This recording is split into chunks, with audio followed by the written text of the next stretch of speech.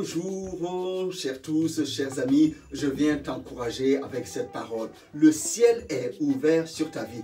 Entre en possession de ton héritage. Oui, le ciel est favorable.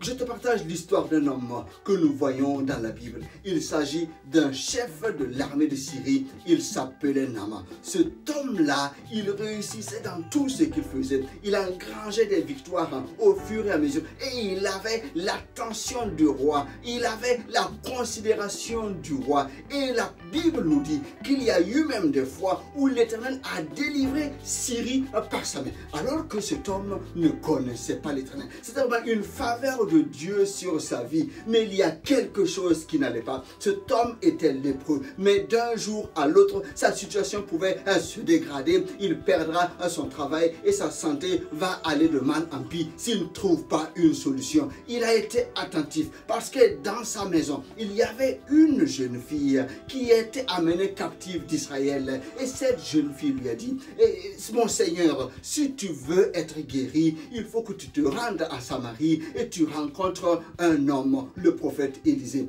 Après une hésitation, il est parti. Et quand il part, il ne voit pas le prophète qui lui fait dire, va te plonger cette fois dans le Jourdain et tu seras guéri. Il a vraiment résisté. Il ne voulut pas se plonger. Mais après s'être humilié et après avoir obéi sur le conseil de ses serviteurs, il a accepté de se plonger 7 fois dans le Jourdain. Et quel miracle! Quand il est ressorti de l'eau, il était complètement guéri de sa lèpre.